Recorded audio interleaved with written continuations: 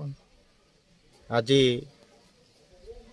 मु पचारि बुझुली जेहेतु चाषी मानकर समस्या थिला मातली ब्लॉक 20 गोटी ग्राम पंचायत रो चाषी भाई माने तांकर जो टोकेन थिला पूर्वर मध्य आमे दाबी पत्र जनईलु जेहेतु मु जिला कर्तृपक्ष उपजिलापाल सहित मु फोन संगे जोगाजोग कली आज सरकार तरफ टार्गेट चाषी जी टोकेन अच्छी से अनुसार आज सुधा से माने फाइनल करेंगे जेहेतु जिले में टार्गेट देते प्रति मंडी रे फाइनल करेंगे मिलर सिक्यूरिटी डिपोजिट देला पर समस्त को टार्गेट दि जाए तेणु ए अनुसार चाषी आमे समस्ते सुविधा रे मंडी रे दान करवा बोली आशा करुँ।